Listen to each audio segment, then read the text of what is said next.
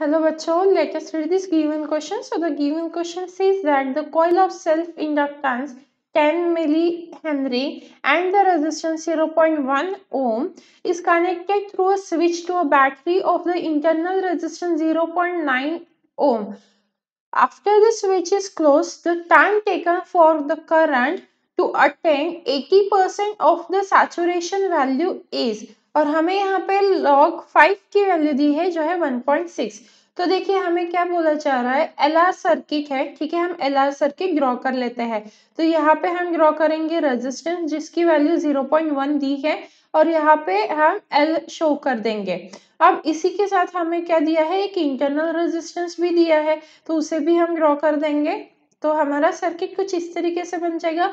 यहाँ पे आ जाएगा R is equal to 0.1 ohm, L is equal to यहाँ पे आ जाएगा 10 मिली हेनरी और यहाँ पे क्या आएगा हमारा R इज इक्वल टू 0.9 ओम आ जाएगा, राइट। तो हमारा सर्किट कुछ इस तरीके से रहेगा। अब देखिए सर्किट में क्वेश्चन में आगे क्या बताया जा रहा है, यहाँ पे बोला जा रहा है 80% ऑफ द सैचुरेशन वैल्यू, मतलब जो हमारा I है वो क्या है 0.8 ऑफ I नॉट है, ठीक है। 80% ऑफ सैचुरेशन वैल्यू, तो I is equal to 0.8 I naught आएगा। और वैसे करंट की इक्वेशन क्या हो जाती है LR सर्किट में, I is equal to I naught और in bracket E sorry 1 minus E रहता है यहाँ पे। तो हम इसे थोड़ा सा करेक्ट कर लेते हैं।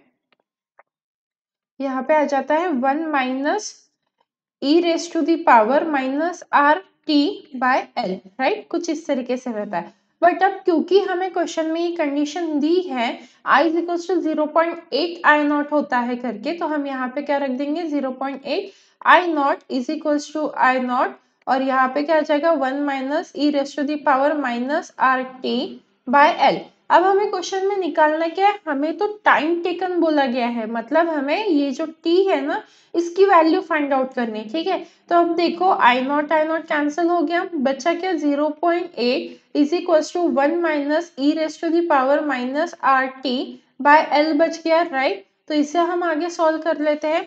अब क्या हो जाएगा E raise to the power minus R T by L और यहाँ पे क्या आ जाएगा 1 माइनस क्या हो जाएगा यहाँ पे 0.8 तो ये e raise to the power minus R T by L is equal to क्या आया 0.2 आ गया।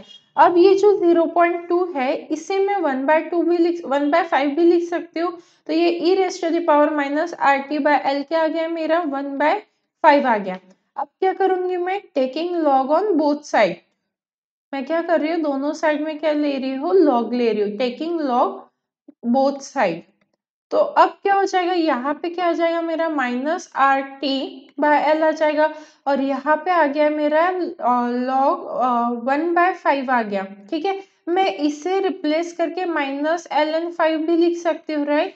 तो अब देखिए ये जो माइनस साइन है ये तो हट गया, बचा क्या R T by L is equal to L N 5 बच गया, ठीक है। मुझे निकालना क्या है, टी की वैल्यू निकालनी है, तो मैं टी को अकेला कर दूंगी, जिसकी वैल्यू चाहिए रहती है उससे हम अकेला लिखते हैं। तो ये 5 आ गया, यहाँ पे क्या आ गया मल्टीप्लीकेशन में एल आ जाएगा और डिवाइडेड बाय आर आ जाएगा। अब आर की वैल्यू क्या थी हमारे पास 0.1 ओम्स थी, एल की वैल्यू थी 10 मिली हेनरी था, तो इसे क्या कर देंगे हम 10 इंटू 10⁻³ हेनरी लिख देंगे। और एल एन 5 की वैल्यू हमें क्या दी हुई है एक बार चेक कर लेते हैं हम।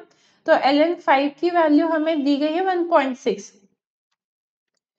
तो यहाँ पे क्या है 1.6 है। तो बस हमें अब वैल्यू सब्स्टिट्यूट करके t की वैल्यू फाइंड आउट करनी है। अब देखिए ln 5 क्या है 1.6 है, इंटू l की वैल्यू क्या है 10 इंटू 10⁻³ है, डिवाइडेड बाय क्या आ जाएगा हमारा r क्या है 0.1 है, राइट। तो अब हम इसे सॉल्व करेंगे, क्या होगा यहाँ पे सॉल्यूशन हमारा, यहाँ पे t इज इक्वल टू क्या आ जाएगा हमारा 0.016 सेकंड आ जाएगा, ठीक है। यही वैल्यू हमें फाइंड आउट करनी थी टाइम टेकन।